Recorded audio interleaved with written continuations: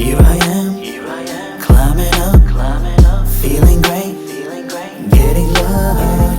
Here I go, risk it all, be worth it now, and that's for sure. Watch me as I Rocketeer. Episode 35 of Fight Talk Down Under is brought to you by CMBT Nutrition.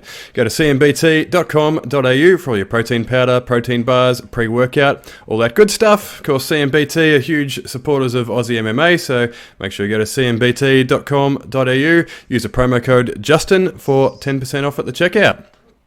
We're also brought to you by Nutcare. Now, of course, we know that 83% of penile injuries involve a razor, but guys, it doesn't have to be this way. Bare Nuts hair removal cream is better and much easier than shaving and less painful and time-consuming than waxing.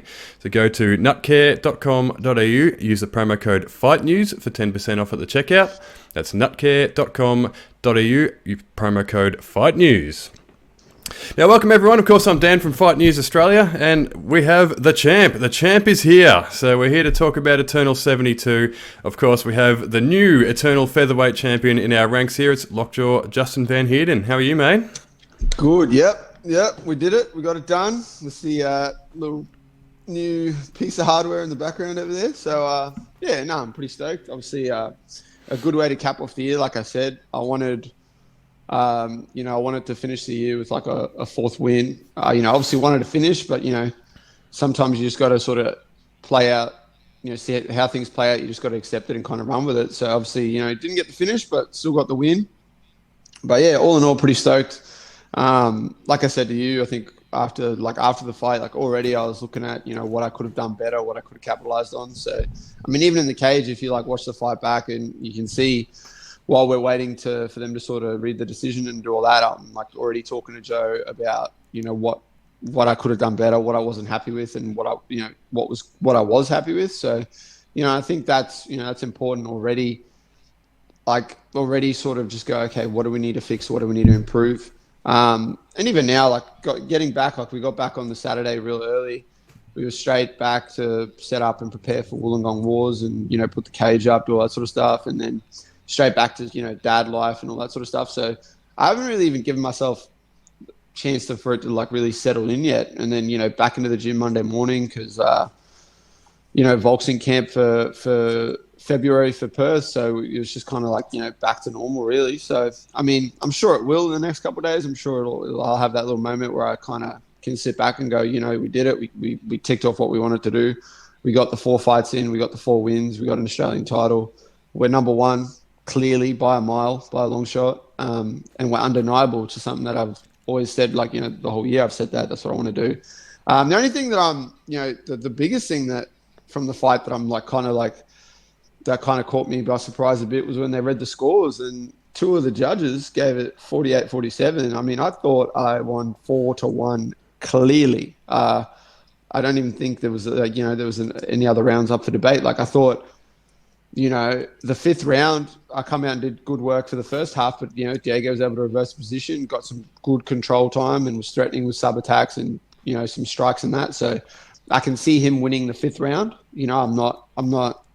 I wouldn't expect me to get the 5th round after that, because he come back and was able to sort of capitalize.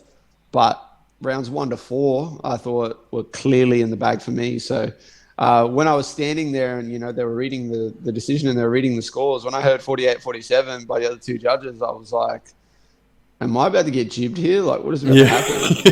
I was like, am I about to get fucking screwed over here? So, AJ Perry, Claire Fryer, Nathan Waters, you guys were the judges. I don't know who the 2 of you were that didn't give it to me 49-46, but we might have to talk about that the next time I see you guys. But all in all, I was pretty confident I won. I was pretty confident I got the result. But, yeah, I mean, it's normal you're going to be in that situation and have that little moment where you go, oh, are you serious? Is this about to happen? But no, all in all, very happy to get the win. Massive respect to Diego.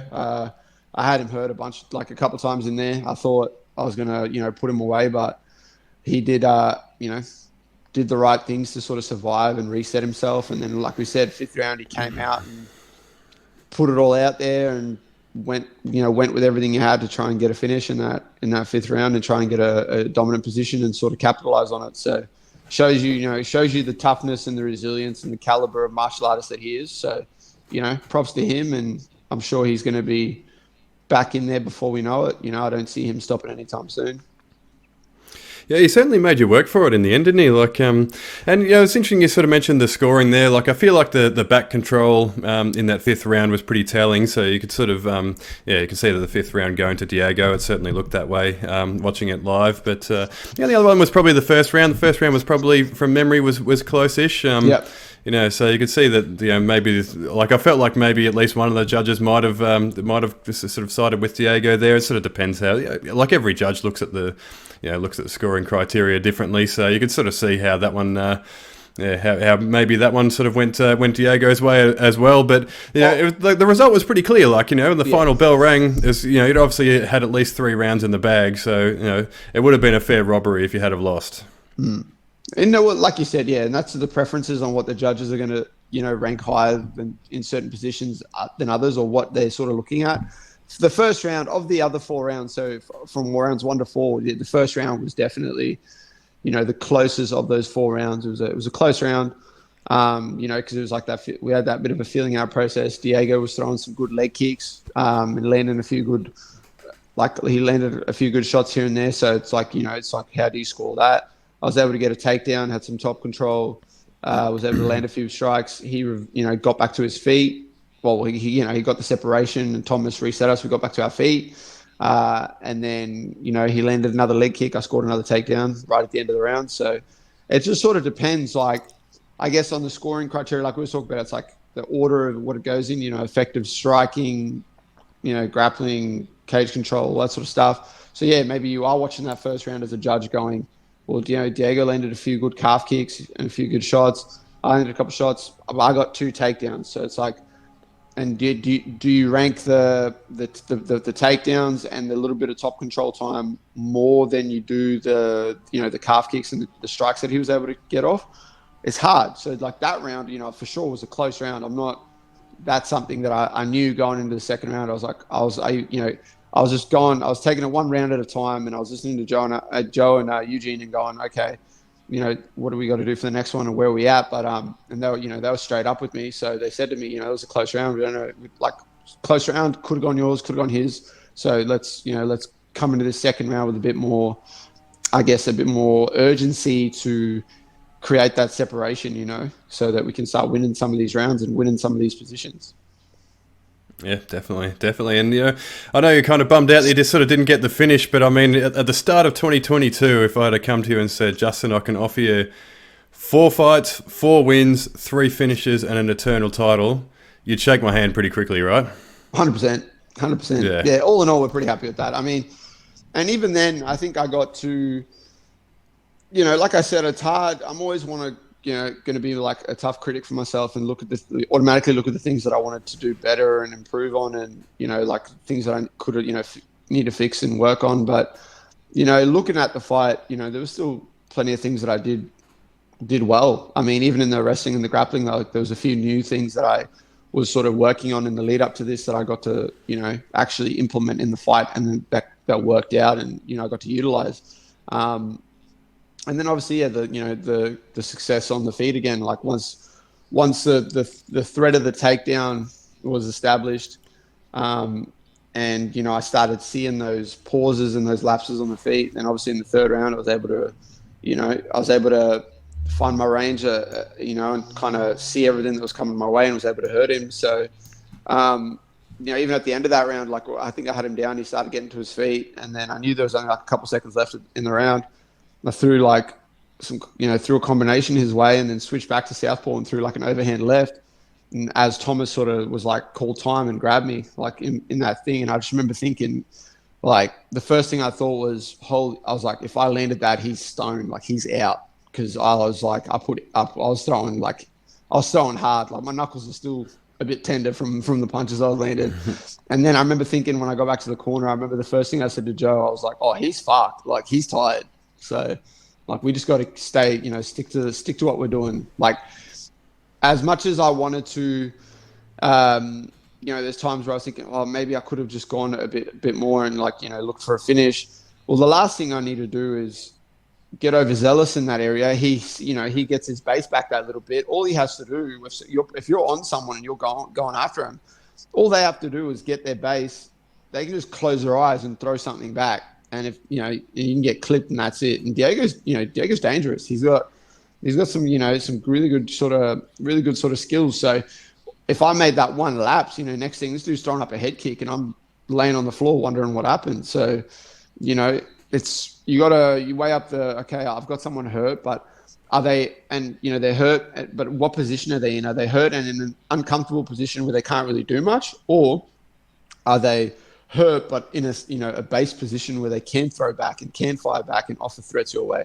And that's sort of, so it's like you got to weigh up those risks. So I was just listening to Joe and Eugene, and they were like, yeah, obviously there's times that we probably could have done that, maybe gone for it a bit more to look to get the finish, but at the end of the day, we did the right things. We capitalized on what was happening, and we got the result, and that's what you need. No one's gonna.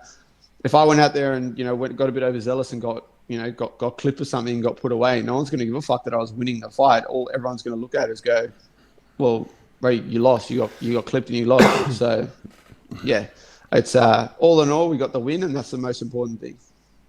Yeah, exactly. And yeah, like I say, credit to Diego as well for toughing it out. He had some tough moments in there, and there was sort of I felt like there was some moments sort of in the middle of the fight where you could see there was some little sort of hints that he was starting to get a bit frustrated, but he toughed it out. He recomposed himself, and he pushed through, and he had a really good fifth round. So Diego's a warrior, and he really made you work for it, and 100%. On another day, yeah.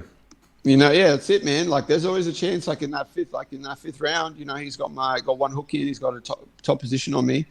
If I made that, mistake, it doesn't matter. He was tired and he was wrecked, but it doesn't matter, man. If I let him slip under my neck there, the adrenaline's going to fire up. It's going to be enough for him to get that. He's get that squeeze on, and then next thing you know, you're unconscious, going, what the fuck happened? So even though I knew I was up, and I just needed to. And I just knew I just needed to be smart. Like, let's not take any unnecessary risk, because this guy can still put you away.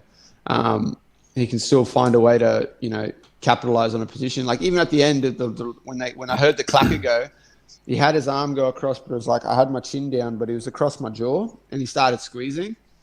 And even then, I just remember thinking, like, oh, if this was on my neck, like, this guy's got enough adrenaline going through his body right now, and dude. There's a chance I could get choked the fuck out if this was on my neck. So I remember just the squeeze on my jaw, and I was like, oh, okay, that just shows you, like, there was right till the end, there's a chance that this person is going to try and capitalize and get a finish. But like you said, man, credit to that dude, because not many people would come into a fifth round after those first 4 rounds and want to, push like that and still get after it, man. Like, it's a hard thing to do if you knew that you're pretty confident you're 4 rounds down and you need to come out and get a finish. Like, it's very few people that can sort of rise to that and be able to still get after it in that fifth round. Absolutely, and to go out there and try and get that finish without going completely silly, to actually do it in a proper way. That's That's a high quality fighter right there, and it's a credit to you for beating him for the in a big title fight too. So you also mentioned you're always a student of the game. Straight after the fight, you're already sort of drawing at Coach Joe, about things that you could improve on. I sort of wondered what that because I saw you having a bit of an intense conversation with Joe after the fight. I wondered what that was all about. But are you allowed to sort of lift the lid on sort of some of the things that you kind of feel like that sort of jumped out at you that maybe sort of, I don't know, maybe didn't quite go the right way, or is this secrets for the next fight, whenever that is? No, not at all.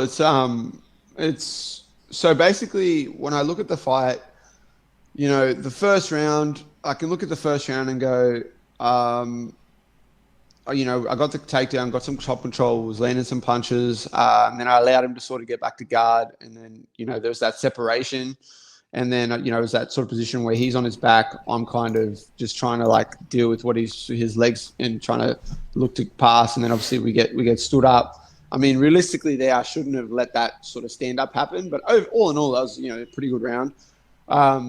but there's just a few sort of positional things where, like where I had him controlled, and I was kind of in, had like a sort of seatbelt grip on him, and he was kind of in turtle. And then instead of actually, like for example, like stapling his leg, I was scooping under his leg with my calf and lifting his leg, which is, still a good sort of control and be able to shut someone down, but they can just slide their leg out and start getting up. Whereas if I stapled it and, clamped down it a bit more, it would have made that process a bit harder, and he'd actually have to, give up other positions a bit more to be able to get back to his feet. So like little things like that. In the third round, when I dropped him, instead of me grabbing the legs and throwing him to the side, allowing him to sort of roll to a turtle position, and then, being able to get to a position where he could grab my hands and, get that little bit of a break and reset, that's sort of a position where I could have, gone straight into his guard, into like a headquarters position, as we call it, and landed some elbows, landed some punches, and then potentially put him away. So it's just little things like that. I mean, you're in a fight, you're in there trying to win, like there's a lot at stake. So obviously there was things that he was doing that, like in the fight that were, causing some hiccups. But when you look at it, you're in a fight, you're in there fighting for like a big thing, a title, and it's a big thing, you're fighting another person. So, like he grabbed my gloves a few times, but if I was in that position, would I have grabbed his gloves? 100%. Like, like, well, let's be honest, I don't think any fighter can come out and be like, oh, I would never do that. Like putting your toes in the fence, climbing, like wall walking to be able to get over and get, get to a better position. I mean, I could sit here and go, oh, you're not allowed to do that, but I would do that if I was in that position. Yeah. Like, that old saying, if you're not cheating, you're not trying. So like, like let's go, like, especially in a fight like that. So there's just little things that I was just like that. But overall, I think, yeah, probably the biggest things, the two biggest things were, yeah, just being a bit more efficient in positions that I had to be able to effectively, potentially find a finish or just do a bit more sort of damage in a sense. And then, yeah, I think, yeah, really in the fifth round,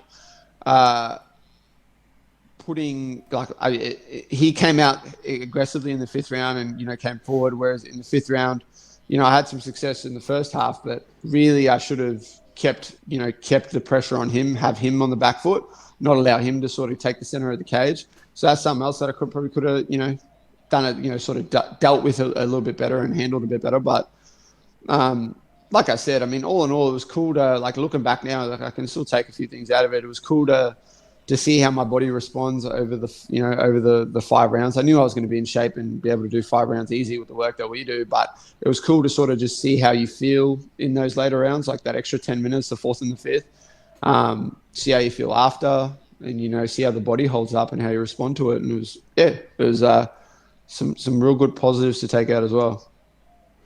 Yeah, definitely. And how did you how do you celebrate after you win an Eternal title? You're the number one featherweight, number one pound for pound fighter in Australia. How do you celebrate? What do you do? I remember going to the rooftop bar at the Southport Sharks. I had an early flight the next morning, but I do remember going up there. We had I had a few beers with Joe and the guys from CKB and stuff like that. And then one of my, a couple of my friends in that came to the event. So then I ended up when Joe and the other boys and that all were made the responsible decision to go to bed because they had, we had early flights. I then pushed on. And then I remember there was a few whiskeys after that. And then, a few shots, few things, and then next thing I know, it was I was back in the hotel, eating a ridiculous amount of M&Ms and donuts, and then I was packed my bag, got the old little notepad that's there for me, chucked the fight on, watched it back, made some notes, and then before I knew it, I had a text message come through from Joe being like, we're down in the lobby in 5 minutes, we've got to go to the airport. And I was like, sweet. So I didn't sleep. I was pretty wired on the flight back. I remember getting on the plane, and I sat next to the person that I was sitting next to, and I looked at him and I just went, hey man, how you going? And he's like, yeah, good. And I was like, where are you off to? And he was like, the same place you are, man. And I was like, Yeah, fair enough. All right, fair enough. That's me. I'm just gonna put my headphones in and be quiet. So yeah, and then we got back here. First thing I did was, obviously come back, go see the little one, and then, like I said, sort of kick back and just get straight back into the dad life. And then Saturday night we set up the cage for Wars and did a few bits and pieces. And then after that, I went out and linked up with some people and had a few more celebration sort of drinks and some food and that. But yeah, I mean, it was kind of, I think it was the real sort of way to celebrate it was, I guess, when there was I think it was sort of Monday night when there's a moment where I kind of got to sit down, and I just remember I sat down on the couch, I poured myself a whiskey, and I just chilled back and was like, holy shit, man, we did it. We went out there and got that belt. So, but it was like a good little moment there. So I think, but I knew I was going to get straight back into, everything is normal. So it was kind of like, in terms of the big blowout of like a 3-day, 4-day bender or like a Mad Monday level celebration, we didn't get to do that because, we're straight back to business. But yeah, all in all, it was a good way to do it. Yes, there's no Rob Wilkinson level, sort of food binges or anything like that. Of course, we saw the before and after photos recently on social media of, Rob's obviously been enjoying himself. Yeah, don't get me wrong. That's something, food wise, I've been getting after it a little bit, but not too crazy because as we know, I'm straight back in the gym. We got some fight news already. We can't say anything yet, but we got some fight news. So we're technically back in camp, or pre-camp as we call it. So, where I can't go too crazy, but I have been. Yeah, I've been doing a bit with the food. Now that I know I'm sort of in camp and I've got another fight lined up. I don't want to. I'm not going to go this week. Even though I still can probably this week, I'm not going to go too crazy. I did plan on doing like a thing, like a calorie sort of challenge, and I was going to try and do like a 15,000 calorie cheat day, but yeah, that went out the window. But that's all good because we're still getting some stuff. Like I'll get some donuts and stuff today. Little things. Yeah, treat yourself. You earned it, mate. You earned it. So now the grind doesn't stop, does it? This is obviously a huge achievement, but it's really just like one step on your journey, isn't it? Like this is one box that you wanted to tick, and obviously you've got bigger goals in the sport. So yeah, it's straight back to work, really. Exactly. I mean, I said it going into it. It's going to be cool to win the belt, but it's more so what the belt means and what position it puts you in. That's the main thing. So we got that, ticked it off. Now, yeah, we just keep going as normal. Like obviously, there's a bunch happening. Obviously, we got, I got a few of my teammates that are gearing up to fight. Obviously, Volk's gearing up to go for a second belt. Like, there's just, so much happening. So we just kind of, stick to it, just straight back to it. Yep, absolutely. And fight coming up. We can't obviously talk about it yet. It all will be revealed in due course. But, obviously on the weekend you had both Coach Joe and Eugene from City Kickboxing in your corner. That was one thing I wanted to touch on there. We sort of talked about this off air the other day, but just talk about what it's like just having just like two of the best minds, two of the best coaches in this region, just riffing off each other in your corner, while you're fighting for a title. Can you tell us a little bit about sort of what it was like having those two, putting their 2 cents in? Yeah, it was wild. I mean, it was obviously... Yeah, it was cool to see how they, bounce off one another, and you could tell they've been in these. You could tell they've cornered together and been in those situations in the highest sort of level and the highest sort of at the highest point in the sport. These world title fights and that. So you can tell, there's like just a flow that they get into. Like the first round, I think Eugene was kind of just sitting back, making his reads on what Diego's doing, what I was doing, and kind of just chill back. But then, in between rounds from like the second round onward, and then from the second round onwards, Joe and Eugene were just, it's like they were just got into this flow. And then it was like, they were just, it wasn't, you hear a lot of time when you see people fighting and you hear their corners and like everyone in the corner is just yelling at the whole time, saying stuff like, and it's just, you're like, it's just chaos. Like what's going on? Even like when like Diego, obviously he had he had Ben Johnson, Pasha, and Des in his corner, but like I could even, because I hear everything when I'm in there, I could hear all of them yelling at the same time, and I even remember thinking like, man, what, this guy's can't like latch on to all these things. You're all spraying stuff out at the same time. Whereas with Joe and Eugene, you could tell that there was like a flow of things in between rounds too. When I was on the stool, like Joe would take the reins, give me some points, say what he liked, say what he didn't like, where we're at. Eugene would go, okay, he would come in, but it wouldn't be like they wouldn't even have to even say to each other, oh, okay, you go, or no, you go. It'd be like, it would just flow like perfectly, and it was just organic and natural, and I could absorb everything that Joe was saying, and then I could absorb everything that Eugene was saying, and then I could go, okay, cool, that's what we need. This is where we're at. Let's go out there, and then we'd go to the next round, and we'd just take it one round at a time. So obviously, yeah, very fortunate, surreal to think that, for this title fight on Eternal, I had, obviously my coach Joe, but then I had the other consensus, one of the obviously best coaches in the region, like we said, in Eugene, in my corner as well. And even just the banter between the two of them, like when we're at the back, like that's something that I've spoken about a few times. Like when I'm at the back, like I'm so calm, being that it was like the amount of fights I've had now, but like it makes it even better. It makes you just feel like you're at a Saturday sparring session when you're at the back and the banter's going, and Joe's giving it to me out the back, and then him and Eugene are having banter, and then us and all us boys are going back and forth, and it's just, yeah, it creates a really, really fun vibe out the back. So even seeing that, and even during the fight, like the two of them were like having a bit of banter with each other, and it was just like, I just remember thinking like, it was, this is so good. Like this is I was trying. There's a few times where I was trying not to smirk or even like let out a little laugh, because I was just like, fuck.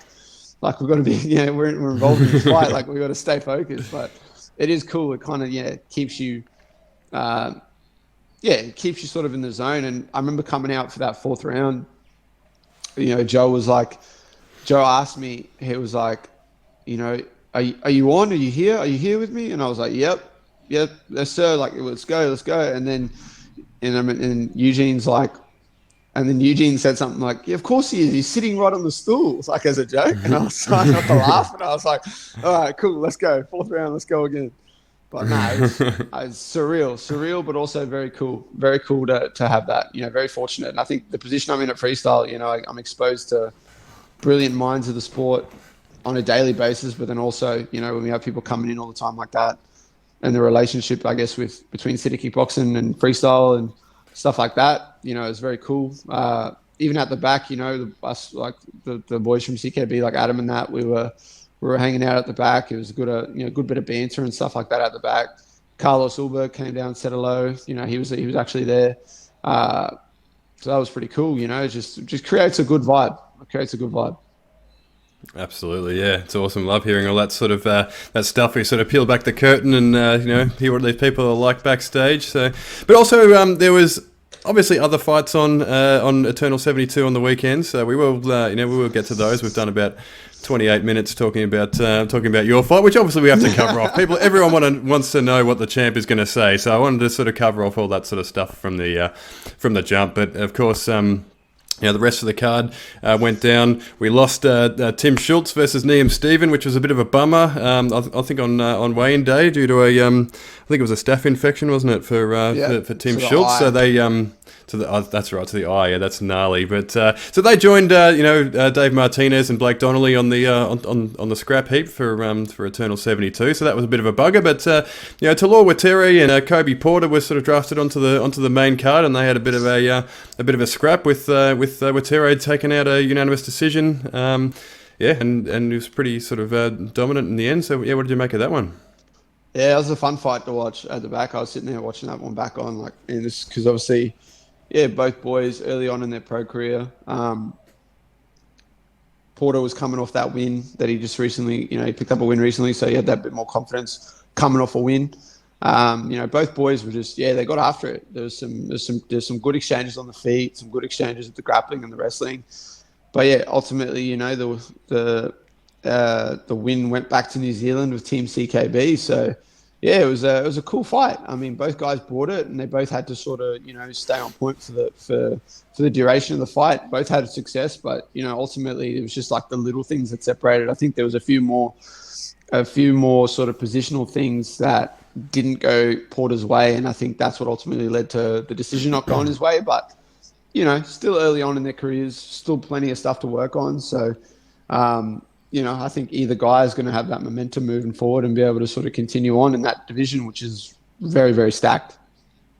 Definitely. How many of these fights do you get to watch when you're backstage? Like when you're fighting, do you watch fights like right up until you're sort of warming up, or do you know how much time do you spend sort of watching other fights?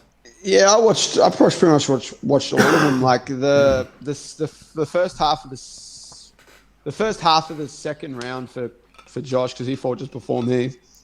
I didn't get to see that too much because what was I doing? I think I was just. Yeah, I mean, I was just sort of shadow boxing, just moving around a little bit or just stretching a little bit. I don't really do too much of a crazy warm up when I'm at the back, really. I mean, like I said, I treat it the same way as it's sparring. So yeah, I'm at the back just chilling, watching the fights. Like, some people get there a bit later on that are probably fighting on the main card, or even when you're in co-main main event slots, they kind of get there a bit later on. But I mean, I like it. I like being there watching the other fights, seeing everyone sort of at the back doing their thing. So I got to watch like pretty much all of the fights with like my full attention. While I was getting my hands wrapped and doing my little sort of bit of a warm up that I do. But like I said, the only part I sort of missed was the first half of the second round with Josh and Abdullah. But, I got to watch that back after the fact. But yeah. And then, obviously you're seeing people that fight and stuff like that. Maybe it doesn't go their way. But, I've been in positions before where I fought on cards with where I had maybe 5, 6, 7 people that I know fighting. And, none of them got the result that they wanted. And you still got to go out there and perform. So, stuff like that, you just learn how to deal with it. But yeah, it's cool watching the fights. I mean, I was very impressed with the amateur fights that took place on the undercard. There's some high level sort of stuff on display there. I mean, the heavyweight fight that took place between Sonny and Oosh, like if you'd have told me that fight was going to end with like a Michael Chandler-esque Anderson Silva style front kick to the face, I'd be like, are you crazy? But yeah, it was insane. I watched all the fights, which is cool. I enjoy it. Awesome. Yeah, well, there you go. And after that, we had obviously Tom Nolan took on Adam Cook, which is it was a fascinating matchup, really. Like Tom Nolan's obviously a up and coming prospect. He's a guy who's got some pretty high expectations on him, but Adam Cook's up there as well. He's a title contender, and Tom Nolan really got the job done with a second round TKO, and Adam sort of. Kind of just seemed a bit burnt out after that first round, and Tom put him away. So I wonder how much of that, obviously coming into the fight, Adam had a knee injury from his last fight against Tristan Murphy, he had sort of mentioned in the lead up to this fight that it was something that he sort of had to manage in camp a little bit. So you wonder how much of an impact that might have had on the gas tank that he brought in. But also Tom Nolan's just in your face, like that guy's just relentless, isn't he? So yeah, what did you make of their matchup? Yeah, it was a dope fight. Both guys got after it. So, obviously, the first round, man, they just went straight balls to the wall, like the high pace from the start. And, obviously Tom buzzed Adam. Adam was able to utilize the wrestling, get to some really good positions, and they just got after it in that first round. I mean, how'd you score that first round? Because I was sitting there going, man, who do you give this to? Because both guys had some success. And then, obviously, round two, Nolan was able to sort of come out, push the pace, and just capitalize on the fact that I think Adam was a bit weathered from that first round, and then was ultimately able to put him away. But yeah, super impressed by both guys. They just got out there and got after it. But obviously, very impressed with what Nolan's doing. 4-0 now. He's a big, tall, long, lightweight. He's he's giving people lots of problems. And he's got a lot of momentum, so it's cool to see him out there just going, doing his thing, doing work. And I think, he's due for maybe a fight with someone, a contender fight to get himself a title shot. If not, just a straight title shot against the winner of Martinez and Donnelly when that takes place. But yes, young guy, dangerous, very skilled, well-rounded, very impressed by what he was able to do in there. Yeah, that's going to be my next question, actually. Do you think he's, he needs one more fight to sort of get to, I think his record's 4-0 now, so do you reckon he needs to get that sort of fifth notch on his belt, or do you reckon he's due a straight title shot? Obviously lightweight's a pretty stacked division, but do you think he's next in line? I wouldn't be mad if they gave him a title shot against the winner of Martinez and Donnelly, but at the same time, being as stacked as that division is, man, you could throw some cool matchups together, for him as well. I mean, obviously, like you got Stanoff, you got Quinlan from, based in Perth. He's in WA. He's based there. You could throw that matchup together. Quinlan just beat one of Nolan's teammates in his last fight. He beat Don Marfan. So, you could throw that together. That'd be a ridiculous fight because he's a big, tall, long lightweight as well. So that'd be a sick fight. You got you got someone like Michael Stanoff he's been in form. You got depending on what happens, I'm not sure, but you got Josh Togo still lurking around. You got a few sort of tough dudes. You're looking at matchups that you got coming ahead. You got Mumford fighting Aguilera in March. So you potentially get to line up people like that for a fight. So yeah, there's a bunch of intriguing matchups, and especially for someone like Nolan, I just want to see how his style and the way he fights and approaches the game, how it would fare against some of these other people. Like for my money, Nolan versus Martinez or Donnelly would be a sick fight because they each present unique challenges. So it's a cool position to sort of be in from a fan perspective because that division is so stacked and there's so many intriguing matchups. So I'll be interested to see what they do. If they give him a straight title shot, wouldn't be mad at that. If they want it, he might not want to sit around and wait till after March, right? So he might want to fight on that February card. Those boys fight in March, and then he fights the winner after that. He might want to stay busy, So if that's the case, then I think you do something like that in that Perth card. You do him and Quinlan. Yeah, definitely. That's a good one. And give me Quinn versus Stanoff as well. That's a fun matchup too. So there's so many fun things that you can put together. Obviously, Lockjaw, the matchmaker, once again is at it again. The invoice is in the mail for Cam from Eternal, of course. And heard you've been doing work on social media as well, sort of putting matchups together. So So he's quasi matchmaker. Yeah, just trying to make the fights that the people want to see. That's what we're doing. I like it, man. From just a fan perspective, it's cool. And I just think I'm looking at these things going well, what fight do I want to see? And I was like, hey, can we do this? Like, can we just try and do this? See what happens. So that's obviously it'd be interesting to see what happens with Nolan moving forward. Yeah, ever a man of the people, aren't you, Lockjaw? So, but obviously, the next matchup was one that you would have had a close eye on. It was Abdallah Bieda, who's sort of an up-and-coming contender in your featherweight division now, and obviously your teammate Josh Kuhn went at it with Abdallah coming out with a round 2 submission with a standing guillotine, and Josh Kuhn's a wrestler now. Apparently, he was employed a wrestling-heavy game plan, and he looked like he did some work there as well. Like, it's not like he's, it wasn't like a fish out of water. He looked like he knew what he was doing as well, which isn't something that we've really had to see from him, in the past. So, what did you make of Abdallah Bieda versus Josh Kuhn? Yeah, obviously watching it on the night, it was pretty cool to see Josh be able to implement some of those things that he's been working on. It was cool to see, how Abdallah responded and the stuff that he was able to utilize, and see the work that he's able to do with the tools and the natural gifts that he has as an athlete and as a fighter.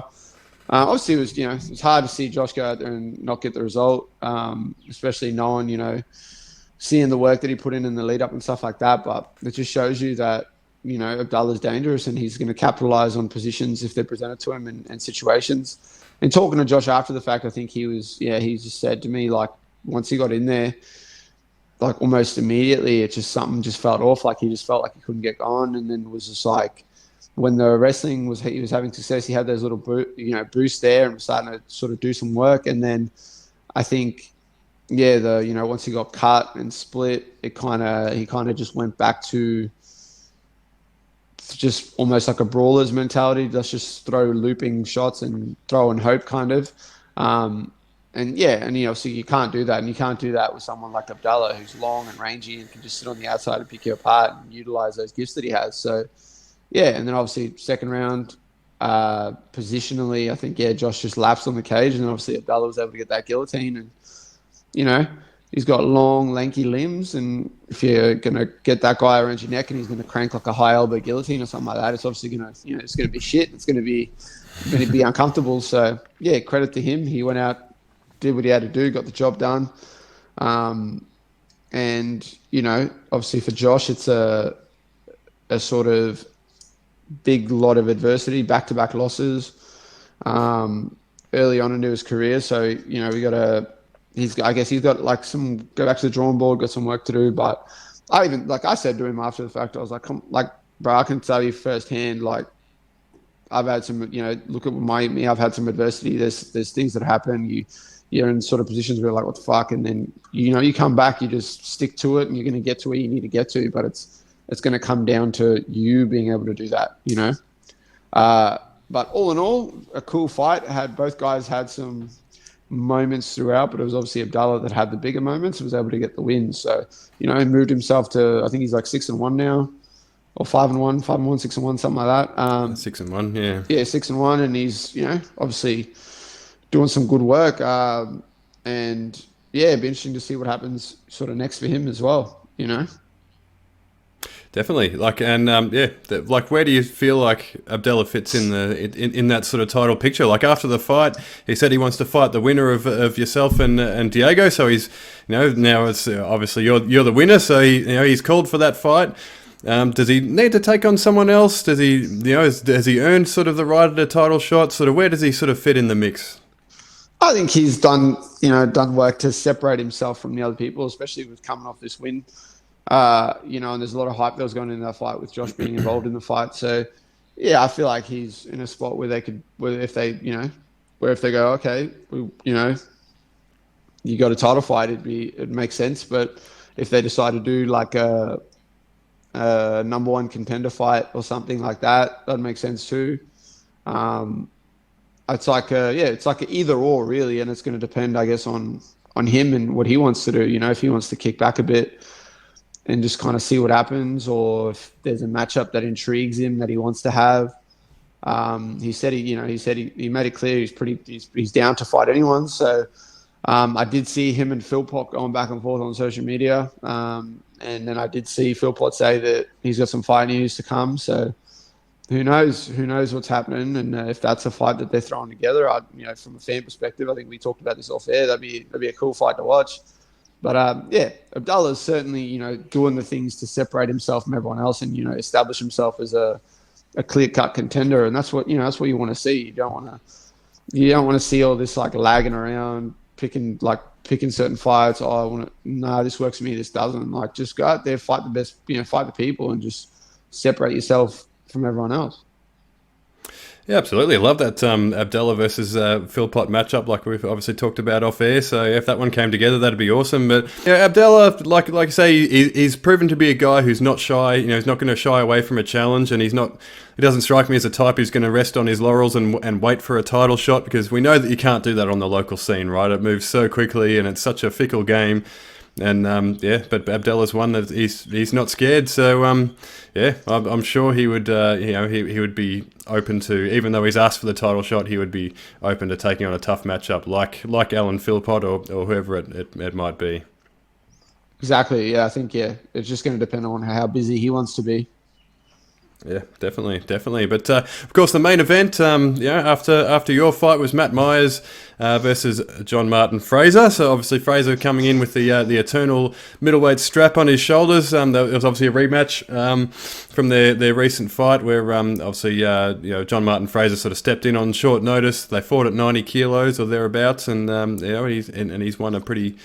I guess it's sort of a disputed sort of decision. I was comfortable with the decision. I know we talked about this last week, but he's come away with a unanimous decision win the first time around.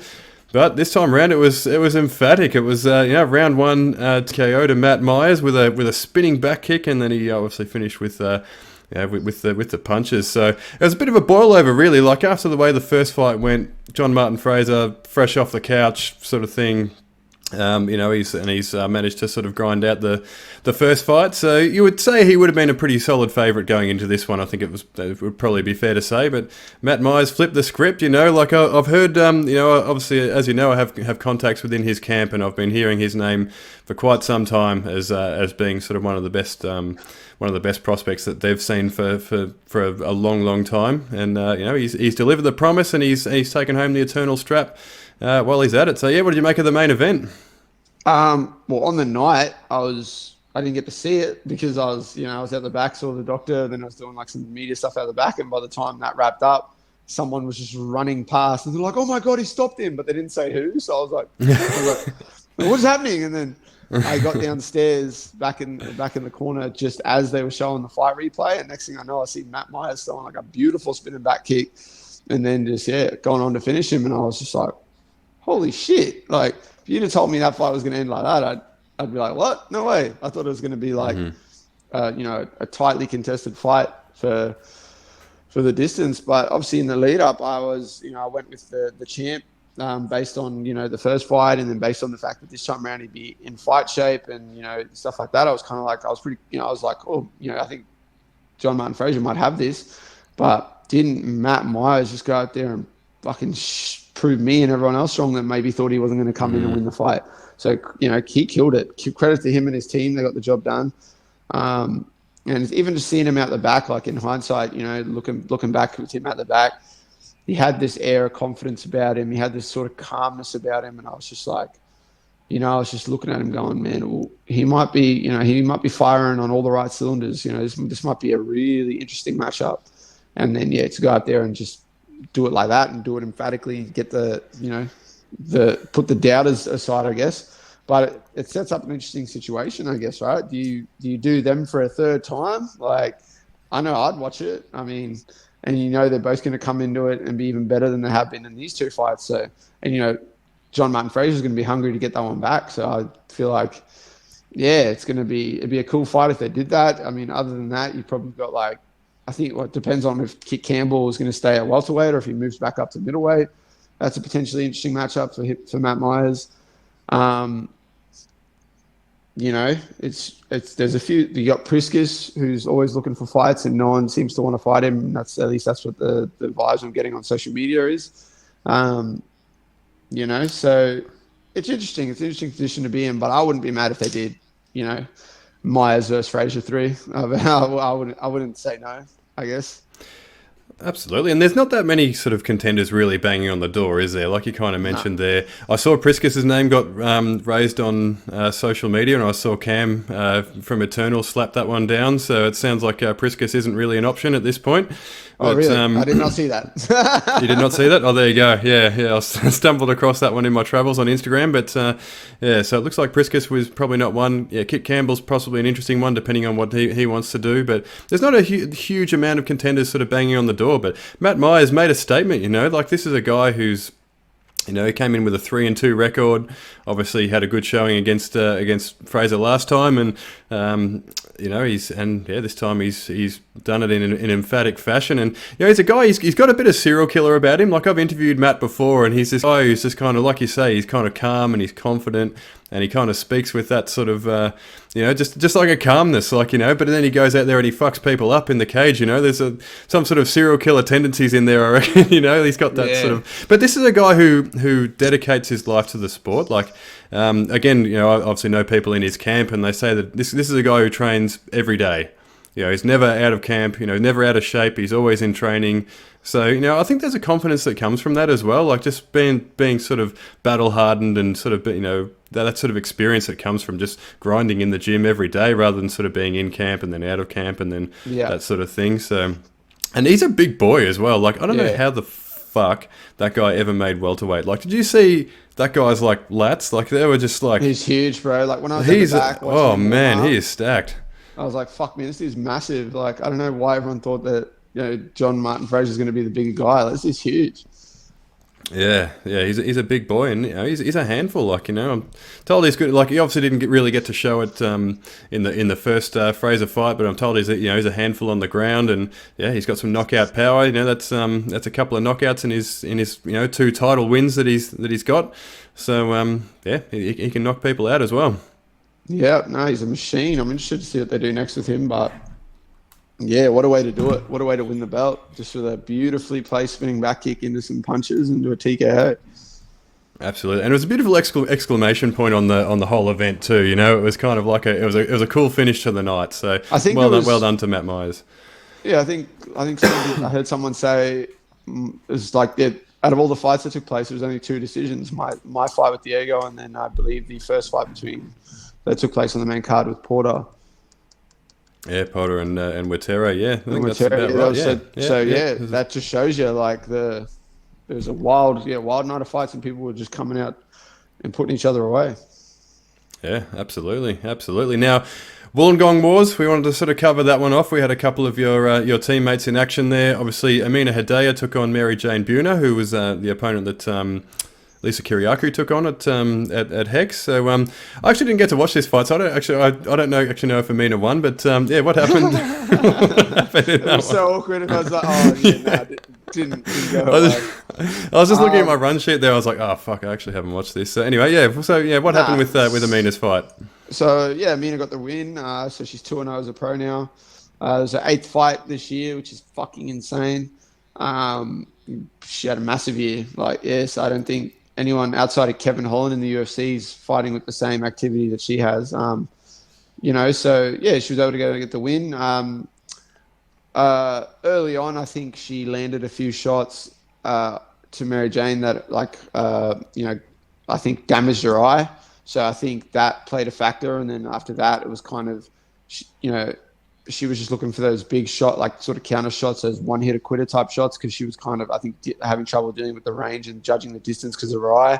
But then Amina was able to just, stick to a plan. She was very calm, very patient, and just sort of picked her apart and ultimately got the win by TKO. So it was, it was a cool one to sort of watch play out. But it just shows you, those little gloves and those, sometimes it doesn't even seem like much, but it's just one or two things sneak through.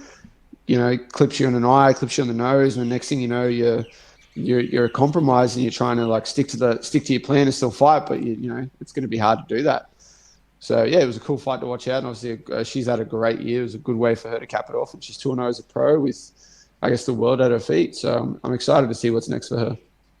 Absolutely. 8 fights in a year. It doesn't get much bigger than that in MMA terms. So well done to Amina. And obviously the main event, Jarrett Wilbraham, obviously a good friend of the podcast here. He was in action against Hussein Wasset, and he's got it done with, I think it was a round 2 TKO with some knees and punches, and took home with the Wollongong Wars featherweight title.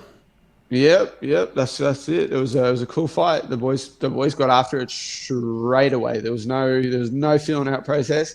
The ref looked at him, was like, "Are you ready? Are you ready?" And they just got after it. And that's what you can expect. Hussein brings it. He doesn't take a backward step. He comes forward, and throws everything full clip. Looks to get the takedowns. Looks to get after it, and that's exactly what he did. Jarrett was able to clip him early on in that first round with a sort of. He sort of drew him into an overhand right and hurt him a bit. And then I think, Max was able to get a takedown. Jarrett was able to sort of get back to position. There was some clinching. There was some, some exchanges on the feet. And then, ultimately in the second round, Jarrett was really able to shut down the wrestling and stuff like that, and really sort of limit Hussein's ability to sort of play his game. And then ultimately, clinched him up with a tie clinch and landed some very, very hard, devastating knees, and ultimately put him away. So I can tell you firsthand that those knees are very hard and suck a lot. So he obviously, he just sort of, he showed, I think it was a good opportunity for Jarrett to kind of showcase how much better he'd be suited to featherweight, because I think he was killing himself to make bantamweight and was having a detrimental effect. And he was 5-1 going into this, I believe, with his only loss being to Haddon. And then now he's at featherweight. He's still able to tick off that first fight at featherweight. He's the Wollongong Wars champ. I believe the last person that held that belt was Alexander Volkanovski. So, it's a pretty good list to be on. Yeah. So, it was cool. It was cool to see him at the fight. I mean, obviously he's my teammate, so I was pulling for him. But at the same time, just like from a fan perspective of Australian MMA, it was cool to see the fight play out. And obviously Hussein presented some challenges for Jarrett as well. So, there's always a chance that he's dangerous and can capitalize on position. So you had to be on your game. And he's tough. He's tough, that dude, man. He doesn't know how to quit. He does not quit. So, it was always either going to be, a case of one of them was going to catch each other and put each other away, or it was just going to be like an all-out blood and guts war for 5 rounds. Yeah, well, yeah. In the end, someone ended up getting put away. So is this a permanent move now for Jarrett to featherweight? Yes, yeah, but yeah, I think he's going to be staying at featherweight, and I think it's good. It's good for him to do that. Better for his body. He's obviously going to be able to be a bit more sort of fueled, a bit stronger. It's going to be ultimately just better for him. So I think he slotted in nicely into the weight class. He looked good. He looked like he was in good shape, in great shape when he got in there. Obviously, didn't have to do a big massive weight cut compared to like bantamweight and starve himself and really, mess himself up trying to get there. And obviously you're eating more, you're maintaining a bit more, so you can have that. You're maintaining a bit more size. Your muscle mass is going to be a bit more. Your strength's going to improve because you're able to do a bit more, and your recovery is going to be a bit better because you're not trying to like deplete yourself way too early on to try and get to a certain weight. So yeah, I think it's a permanent move for him, and it's a good one in my opinion. He's a tall dude. He's a tall, long dude. Even at featherweight, So and he's obviously got the diverse striking, and he's pretty well rounded. So it's a good position for him to be in, a good weight class for him to be in. Yeah, and just when you thought featherweight couldn't get any more stacked in this country, that's an interesting inclusion into the mix. Like, are we going to see him in Eternal sometime soon, or one of the sort of bigger promotions? Do you think? I hope so. I think because obviously he done a fair bulk of his work on Eternal, and I think, man, even give me Jarrett versus Abdullah, like fuck, that'd be a sick fight. Yeah, there's a ton of fun matchups for him. I mean, we'll see. We'll see. He just beat one of Muhammad Alavi's teammates. Alavi might want to get that one back, so you'd see something like that play together. Yeah, get one back on freestyle there. Yeah, so yeah, it's cool. It's a cool sort of position to be in, and there's some interesting matchups. So I'm excited to see what he does next. Yeah, definitely. Now, of course, we had an Aussie in action at the UFC briefly, albeit. There was obviously Tai Tuivasa was in action against Sergey Pavlovich, and the fight only lasted 54 seconds, and it was a bit of a demolition in the end. Unfortunately, Tai has come out on the wrong end of it. This guy Pavlovich is now 17-1, and he's an absolute banger. He's got some ferocious power, and he really. Really just demolished Tai inside a minute. So, what did you make of that little spectacle? Yeah, I was actually pretty cut that Tai lost, but man, Pavlovich is the problem, bro. Like, I think he's got is that like 4 or 5 fights in a row, all first round finishes or some shit. So, I think it might be 5. Yeah, and that was always going to be the case, right? Especially with someone like Tuivasa, like it was always going to be who could land that first shot, and like Tai even said afterwards, like he just got me first. He got me first, and couldn't recover. And yeah, Pavlovich just like his boxing was just clean. Like the combinations he was throwing, and even like this, you could hear the sound of the punches landing. Like, and you could tell, like, oh my god, this guy's got some power. So it'd be interesting to see, what he gets moving forward now, because he obviously survived the test of a big puncher like Tuivasa. And then, we got some good, interesting matchups for him moving forward. Do you do him and Cyril Gane? That'd be a cool fight. See how he deals with someone of that sort of style. But we saw Tuivasa clip Cyril and drop him. Pavlovich lands. We might just see Cyril go to sleep. So it's interesting. But obviously for Tai, it's a bit of a bummer way to end the year, because he's just had like a cracker year despite the loss to Cyril, and then to got clipped again. But I mean, that's it. That's the game you play at heavyweight, right? And just as easy, like Tai showed that he go just as easy as you lose a fight, you come back, win 4 in a row by knockout, real quick, real easy. That's just how it is in that division. So I have no doubt he's going to kick back, relax, have a bit of a break, reset, refocus, and then come back and get to it. Being in the position that he's in, he's still at the top of the heap in that division. Like, he's right where he needs to be. A couple of wins and you're right back, potentially fighting for a title or something like that.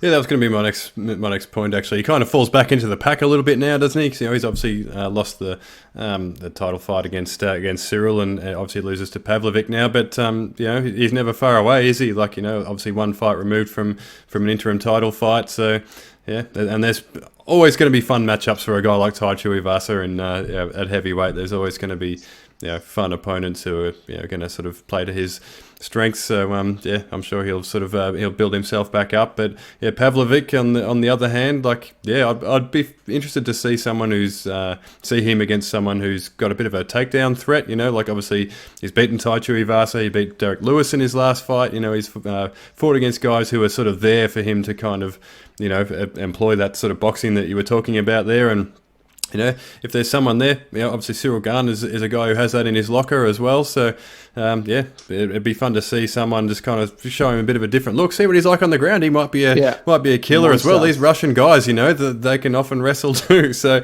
it'll be interesting to sort of see him tested on that front and whether he can kind of, put his power on someone who's has the ability to take him down. Yeah, do Pavlovich versus Tom Aspinall, and we'll see what he's made of. See what he can do, because that guy is very, very good. He's the consensus, in my opinion, outside of John Jones. He's probably the most talented heavyweight I think that exists. Yeah, in terms of talent and just being well rounded, he's right up there. So that'd be a great matchup as well. So matchmaker Lockjaw at it again. Send the bill to Dana White. Let him know. Get me my cut. Yeah, and be slanging invoices. So, but anyway, if I manage to pay my bill for having the Eternal featherweight champion on the on the program this week, we'll be back for episode 36 next week. We'll be covering off some sort of local news. We'll talk some boxing, probably answer some fan questions and stuff as well. So until then, send us through your questions. If you're watching on YouTube, the details are below. If you're not, it's at Dan Meehan MMA on Twitter, or at Lockjaw MMA on Instagram, or you can hit us up at Fight Talk Down Under on our Instagram page. Also, remember to like and subscribe: YouTube, Spotify, Google Podcasts, Podbean, Fight News Australia, and iHeartRadio. And what does the Eternal featherweight champion and number one pound for pound fighter in Australia want to take us off with? Yeah, we got it happening. We're no Christmas break, no New Year's break. We're back to it. Where there's lots happening for Australian MMA. We're gearing up for a big 2023. We're gearing up for a big start to 2023. The UFC's back. Eternal's happening. So if you're a fight fan, if you can get yourself there, get yourself there. If you can't, make sure your fight pass is working, because there's going to be a weekend of fights you don't want to miss out on. It's going to be crazy. So it's all happening. I gotta watch it. You never know what might stop you. Here I am, climbing up, feeling great, getting love. Here I go, risk it all, be worth it now.